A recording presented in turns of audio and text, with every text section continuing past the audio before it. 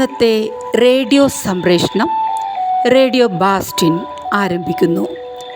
ഇന്നാദ്യം ജോസ്മി മിസ്സിൻ്റെ ഒരു ഗാനം കേൾക്കാം.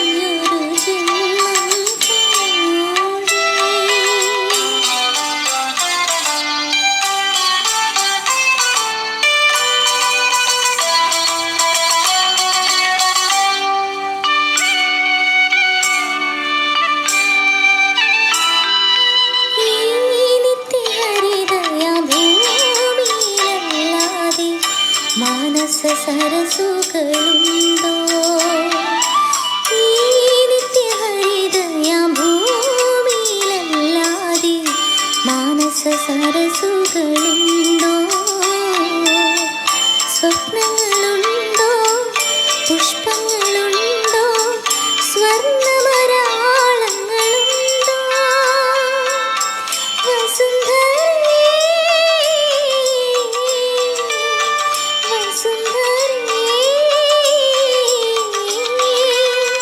മതിയാകും വരെ ഇവിടെ ജീവിച്ചു മരിച്ചവരുണ്ടോ?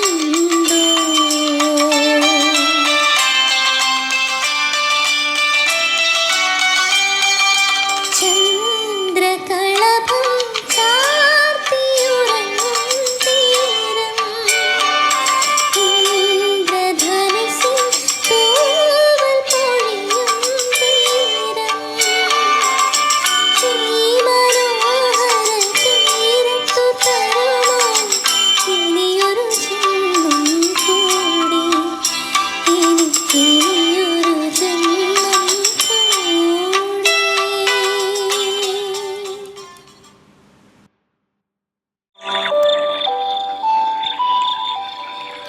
അടുത്തതായി ചാന്ദ്ര ദിനത്തെ പറ്റിയുള്ള വിവരങ്ങൾ നിങ്ങൾക്കായി പങ്കുവയ്ക്കുന്നത് സുമി മിസ്.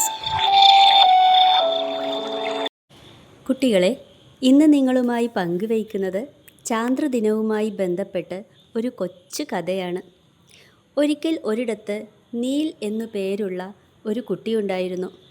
നീലിന് ചന്ദ്രനെ കാണുമ്പോൾ എന്നും ഒരു കൗതുകവും സന്തോഷവുമായിരുന്നു. നീലിൻ്റെ ചെറുപ്പം മുതലേ അവൻ്റെ അമ്മ രാത്രികാലങ്ങളിൽ അവന് ഭക്ഷണം കൊടുത്തിരുന്നത് ഇരുട്ടിൽ മാനത്ത് തെളിഞ്ഞു നിൽക്കുന്ന ചന്ദ്രനെ കാണിച്ചിട്ടായിരുന്നു. ചന്ദ്രനെ അവൻ വിളിച്ചിരുന്നത് അമ്പിളിമാമൻ എന്നാണ്. രാത്രികാലങ്ങളിൽ അവൻ വീടിന് പുറത്തു വന്ന് ആകാശത്തേക്ക് നോക്കി നിൽക്കും. എന്തിനെന്നോ, അവന് ഏറ്റവും ഇഷ്ടപ്പെട്ട അമ്പിളിമാമനെ കാണാൻ. ഒത്തിരി സമയം അവൻ അങ്ങനെ അമ്പിളിമാമനെ നോക്കി നിൽക്കും. ദിവസങ്ങൾ കഴിയും തോറും അവൻ്റെ അമ്പിളിമാമനെ പറ്റിയുള്ള സംശയങ്ങൾ കൂടിക്കൂടി വന്നു. അവൻ അതെല്ലാം ചോദിച്ചു മനസ്സിലാക്കിയിരുന്നത് അവൻ്റെ അമ്മയോടാണ്.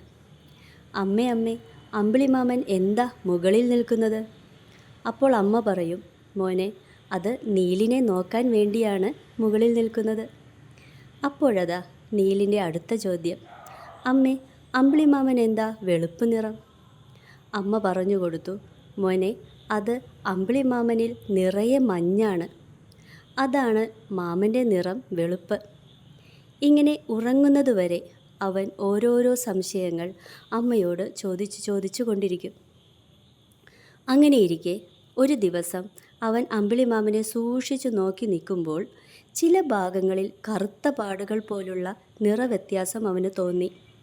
അവൻ ഓടിച്ചെന്ന് അമ്മയോട് അതിൻ്റെ കാരണം തിരക്കി. അപ്പോൾ അമ്മ അവനോട് പറഞ്ഞു, നമ്മുടെ വീടിന് ചുറ്റും ചില ഭാഗങ്ങളിൽ കുഴികളില്ലേ, അതുപോലെ ചന്ദ്രൻ്റെ ഉപരിതലത്തിലും വലിയ കുഴികളുണ്ട്. അത് ഭൂമിയിൽ നിന്നും നോക്കുമ്പോൾ ആണ് ഇത്തരത്തിലുള്ള നിറവ്യത്യാസങ്ങളായി കാണപ്പെടുന്നത്. അവൻ വളർന്നു വന്നതോടൊപ്പം അവൻ്റെ ചന്ദ്രനെക്കുറിച്ചുള്ള ചിന്തകളും സംശയങ്ങളും കൂടിക്കൂടി വന്നു. ഒരു ദിവസം അവൻ അമ്മയോട് പറഞ്ഞു, അമ്മേ, എനിക്ക് ചന്ദ്രനിൽ പോകണം.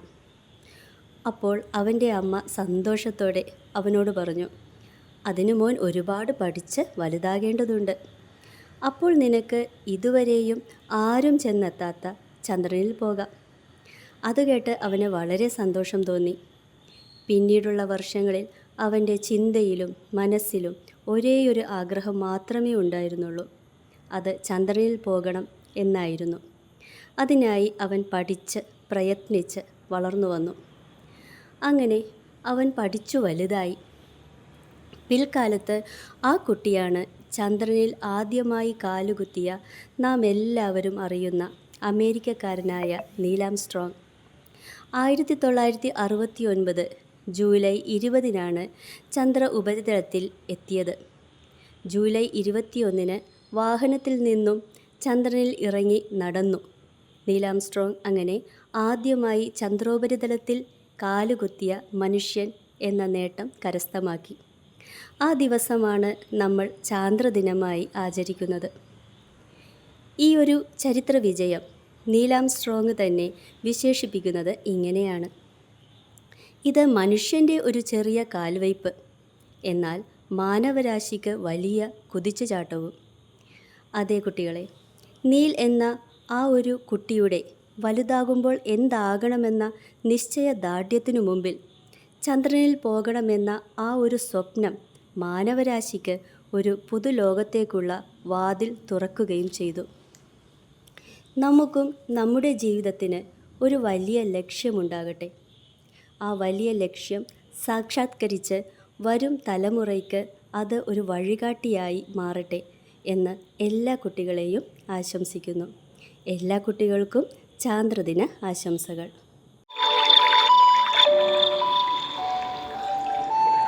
ഇനി 8Bയിലെ വൈദികയുടെ ഒരു കവിത കേൾക്കാം.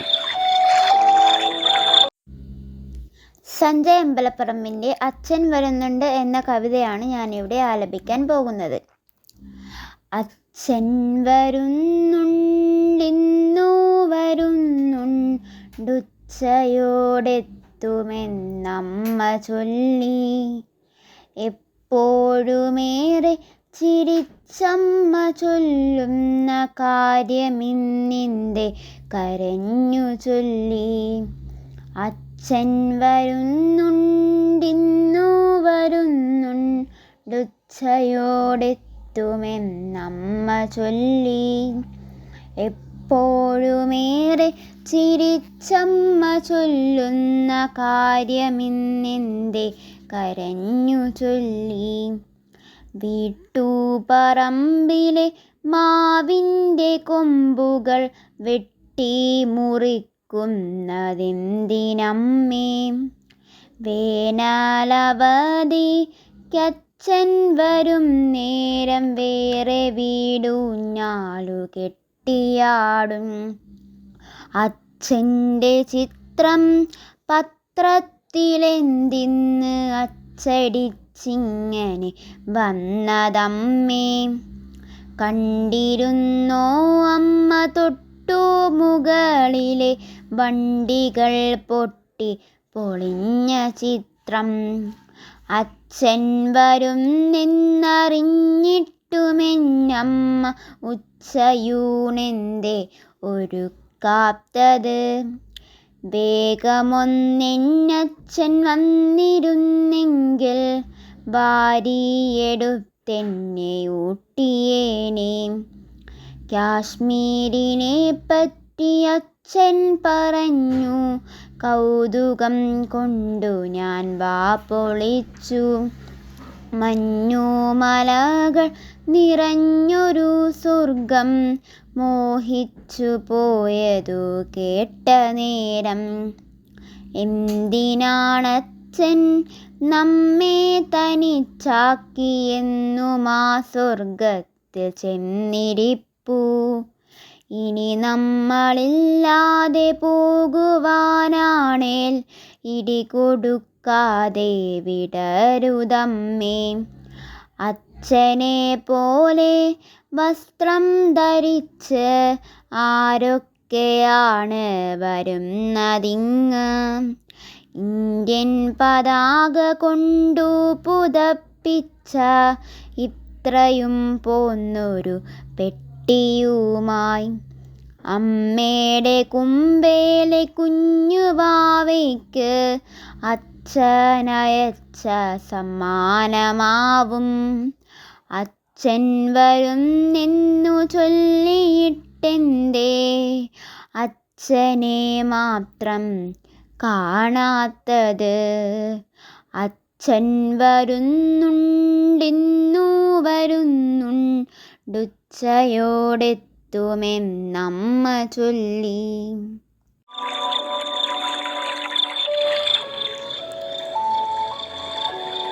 റയാൻ്റെ കിണർ. ഇനി ഒരു കഥ. പ്രിയപ്പെട്ട കൂട്ടുകാരെ, കുട്ടികൾക്ക് ഈ ലോകത്തെ തന്നെ മാറ്റിമറിക്കാൻ കഴിയുമോ? നിങ്ങളെപ്പോലെ തന്നെയുള്ള മിടുക്കനായ ഒരു കുട്ടി ജലത്തിനായി ഒറ്റയ്ക്ക് പോരാടി വിജയിച്ച അസാധാരണമായ കഥ പറയുന്ന ശ്രീ അബ്ദുള്ളക്കുട്ടി എടവണ്ണയുടെ റിയാൻ്റെ കിണർ എന്ന ഒരു കൊച്ചു പുസ്തകമാണ് ഞാൻ ഇന്ന് നിങ്ങളെ പരിചയപ്പെടുത്തുന്നത്. കാനഡയിൽ താമസിക്കുന്ന 1ാം ക്ലാസ്സുകാരനായ റിയാൻ എന്നൊരു കുട്ടി ടീച്ചർ പറഞ്ഞ കാര്യങ്ങളിലൂടെയാണ് ആഫ്രിക്കൻ രാജ്യങ്ങളിലെ ജനങ്ങൾ അനുഭവിക്കുന്ന കഷ്ടതകളെപ്പറ്റി അറിഞ്ഞത്. അവിടെയുള്ള ജനങ്ങൾക്ക് 20 കിലോമീറ്റർ വരെ വെള്ളം തിരഞ്ഞു നടക്കണമെന്നും വെള്ളം കിട്ടിയാൽ തന്നെ അത് മാലിന്യം നിറഞ്ഞതായിരിക്കുമെന്നും അത് കുടിക്കുന്നതിലൂടെ ആളുകൾ, പ്രത്യേകിച്ചും കുട്ടികൾ, നിത്യവും രോഗം പിടിപെട്ട് മരിക്കുന്നുവെന്നുമുള്ള ടീച്ചറുടെ വിവരണം കൊച്ചു റിയാൻ്റെ മനസ്സിനെ വല്ലാതെ ഉലച്ചു. തൻ്റെ വീട്ടിൽ നിത്യവും എത്രയധികം വെള്ളമാണ് വെറുതെ പാഴാക്കി കളയുന്നത് എന്ന് അവൻ ഓർത്തു. ആഫ്രിക്കയിൽ വെള്ളം കിട്ടാത്തതിനുള്ള കാരണം ആഫ്രിക്ക ഉഷ്ണമേഖലാ രാജ്യമാണെന്നും ഭൂഗർഭജലം കിട്ടണമെങ്കിൽ അവിടെ ആഴത്തിൽ കിണർ കുഴിക്കണമെന്നും അതിനു വലിയ ചെലവ് വരുമെന്നും അവിടെയുള്ള ജനങ്ങൾ ദരിദ്രരായതിനാൽ അവർക്ക് കിണർ നിർമ്മിക്കാൻ കഴിയില്ലെന്നും ടീച്ചർ വിശദീകരിച്ചു. ആഫ്രിക്കയിൽ ഒരു കുഴൽ കിണർ നിർമ്മിക്കാൻ $70 ചെലവ് വരുമെന്നറിഞ്ഞതോടെ എങ്ങനെയെങ്കിലും ആ തുക സമാഹരിക്കണമെന്ന് അവൻ തീരുമാനിച്ചു. അവൻ വീട്ടിൽ ചെന്ന് അമ്മയോട് എനിക്ക് ആഫ്രിക്കയിലെ എൻ്റെ കൊച്ചു കൂട്ടുകാർക്ക് നല്ല വെള്ളം കുടിക്കാനുള്ള കിണർ നിർമ്മിക്കണം എന്നറിയിച്ചു. വീട്ടിലെ ചില്ലറ ജോലികൾ ചെയ്ത് അവൻ പണം സമ്പാദിച്ചു തുടങ്ങി. അവൻ്റെ മാതാപിതാക്കൾ അവൻ്റെ നിശ്ചയദാർഢ്യം കണ്ട് അവനെ പിന്തുണച്ചു. അങ്ങനെ 4 മാസം കൊണ്ട് അവൻ $70 സമ്പാദിച്ചു. ദരിദ്ര രാജ്യങ്ങളിൽ സേവന പ്രവർത്തനങ്ങൾ നടത്തുന്ന വാട്ടർ ക്യാൻ സംഘടനയിലെ പ്രതിനിധികളെ സമീപിച്ചപ്പോൾ $70 കിണറിൻ്റെ ഒരു ഹാൻഡ് പമ്പിനു മാത്രമേ തികയുകയുള്ളൂവെന്നും കുഴൽ കിണർ നിർമ്മിക്കണമെങ്കിൽ $2000 വേണമെന്നും ഒരു കൊച്ചുകുട്ടിയെ കൊണ്ട് ഇത്രയും വലിയൊരു തുക സമാഹരിക്കാൻ കഴിയില്ല എന്നും അവർ അറിയിച്ചു. എന്നാൽ അവൻ നിരാശനായില്ല. ആത്മവിശ്വാസം കൈവടിയാതെ $2000 സമാഹരിക്കാനുള്ള പ്രയത്നം തുടർന്നു. ആഫ്രിക്കയിലെ ജനങ്ങൾക്ക് കുടിവെള്ളം എത്തിക്കാനുള്ള ഒരു കൊച്ചുകുട്ടിയുടെ പരിശ്രമത്തിൻ്റെ കഥകൾ നാടെങ്ങും പരന്നു. റിയാൻ്റെ പദ്ധതിയുടെ സാക്ഷാത്കാരത്തിനായി നാടെങ്ങുമുള്ള ജനങ്ങൾ പിന്തുണ നൽകി. അങ്ങനെ അങ്കോളോ പ്രൈമറി സ്കൂളിനടുത്തായി കിണർ നിർമ്മിക്കുക എന്ന റിയാൻ്റെ സ്വപ്നം പൂർത്തീകരണത്തിൻ്റെ വക്കിലെത്തി നിന്നു. അതോടെ ടീച്ചറുടെ നിർദ്ദേശപ്രകാരം റിയാനും കൂട്ടുകാരും ആ സ്കൂളിലെ കുട്ടികളുമായി തൂലികാ സൗഹൃദം സ്ഥാപിക്കാനുള്ള ശ്രമത്തിൻ്റെ ഭാഗമായി കത്തുകൾ അയച്ചു തുടങ്ങി. അങ്ങനെ റിയാൻ അവിടെയുള്ള അകാന ജിമ്മി എന്നൊരു കുട്ടിയുമായി സൗഹൃദം പരസ്പരം കാണാതെ തന്നെ കത്തുകളിലൂടെയുള്ള സൗഹൃദം വലിയൊരു ബന്ധത്തിൻ്റെ തുടക്കമായി. ആഹാരവും പാർപ്പിടവും വസ്ത്രവും ഔഷധവും കുടിവെള്ളവും ഒന്നുമില്ലാതെ ദുരിതമനുഭവിക്കുന്ന അവർക്ക് കൂനിന്മേൽ കുരു എന്ന പോലെ ആഭ്യന്തര യുദ്ധത്തിൻ്റെ ദുരിതവും അനുഭവിക്കേണ്ടി വന്നു. അങ്ങനെ ഒടുവിൽ 1999 റിയാൻ്റെ കിണർ നിർമ്മാണം പൂർത്തിയായി. റിയാനും ജിമ്മിയും തമ്മിലുള്ള സൗഹൃദം ആഴമേറിയതായി തീർന്നു. 2000 ആണ്ട് ജൂലൈ 27 റിയാൻ്റെ മാതാപിതാക്കൾക്കൊപ്പം ഉഗാണ്ടയിൽ പോയി ആ കിണറും അതോടൊപ്പം ജിമ്മിയെയും സന്ദർശിച്ചു. 2 വർഷങ്ങൾക്ക് ശേഷം 2002 ഒക്ടോബർ 20 അമ്മായിയുടെ സംരക്ഷണയിൽ കഴിഞ്ഞിരുന്ന ജിമ്മിയെ കലാപകാരികൾ ആക്രമിച്ചു. അവിടെ നിന്ന് വല്ലവിധേനയും രക്ഷപ്പെട്ട ജിമ്മിയെ റിയാനും കുടുംബവും നടത്തിയ പരിശ്രമങ്ങൾക്കൊടുവിൽ വീണ്ടെടുത്ത് അവരുടെ കുടുംബത്തിലെ അംഗമായി സ്വീകരിച്ചു. റിയാൻ്റെ മാതാപിതാക്കളായ സൂസനും മാർക്കും ജിമ്മിയുടെയും മാതാപിതാക്കളായി മാറി. റിയാന് ഇപ്പോൾ 21 വയസ്സ് കഴിഞ്ഞു. ഒരു കുഴൽക്കിണറിൻ്റെ നിർമ്മാണത്തിലൂടെ 1-ാം ക്ലാസ്സുകാരൻ തുടങ്ങിവെച്ച പ്രവർത്തനം റിയാൻസ് വെൽ ഫൗണ്ടേഷൻ ഇന്ന് അവികസിത രാജ്യങ്ങളിൽ ശുദ്ധജലവും പൊതുജനാരോഗ്യവും ഉറപ്പുവരുത്തുന്ന സന്നദ്ധ പ്രസ്ഥാനമായി വളർന്നു കഴിഞ്ഞു. റിയാൻ്റെ കൂടെ ഈ പ്രവർത്തനങ്ങളിൽ ജിമ്മിയുമുണ്ട്.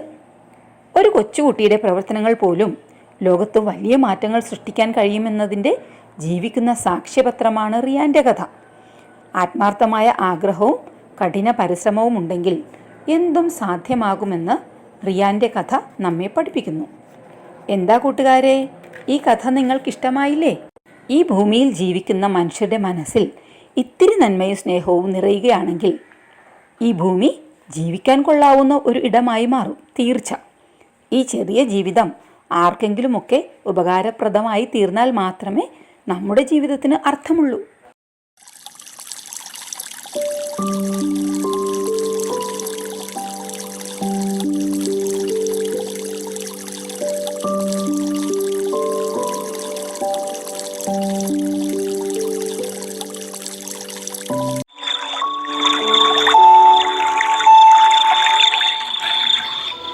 ഇനി ഒരു ഗാനം കേൾക്കാം. പാടുന്നത് എയ്റ്റയിലെ വിഹാസ് ആൻ്റണി.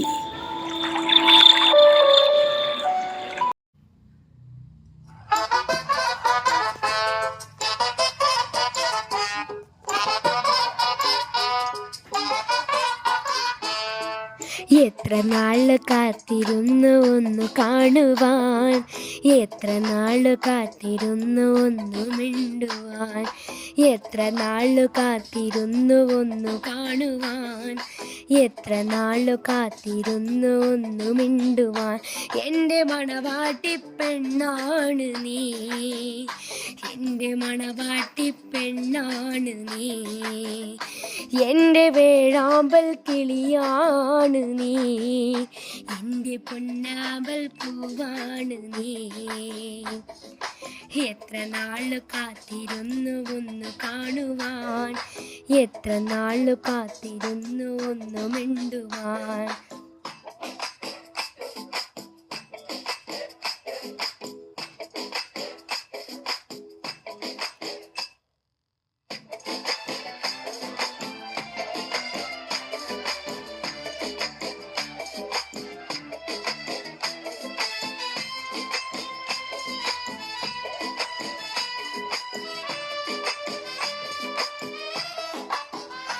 ഇഷ്ടമോതിടുവാൻ പെണ്ണ് മടിയെന്തിനാ, കൽബു തന്നിടുവാൻ നാണമിനി എന്തിനാ, വേറെ ഞാൻ വന്നിടാം നീ എൻ്റെതാകുമോ, സ്നേഹക്കടലായി നീ എൻ്റെ മാത്രമാകുമോ, നാണം നീ മാറ്റിയിടുമോ, എൻ്റെ പെണ്ണായി നീ വന്നിടുമോ, എൻ്റെ സ്നേഹത്തിൻ പൂങ്കാവിലായി മധുകൂറും പൂവാകുമോ.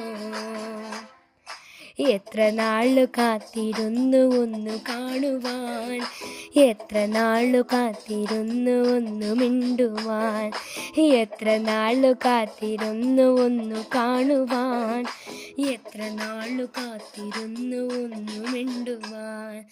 ആറ്റിലെത്തിയൊരു വിളിമീനിനെ ചുണ്ടയെറിഞ്ഞൊരു മുക്കുവനാണി, കടലാളെ തട്ടിലെ മുത്തിലെ ഹസ്സിലക്കണ മുത്തിവനാൻ ആറ്റിലെത്തിയൊരമ്പിളി മീനിനെ ചുണ്ടേറിഞ്ഞൊരു മുക്കുവനാണേ.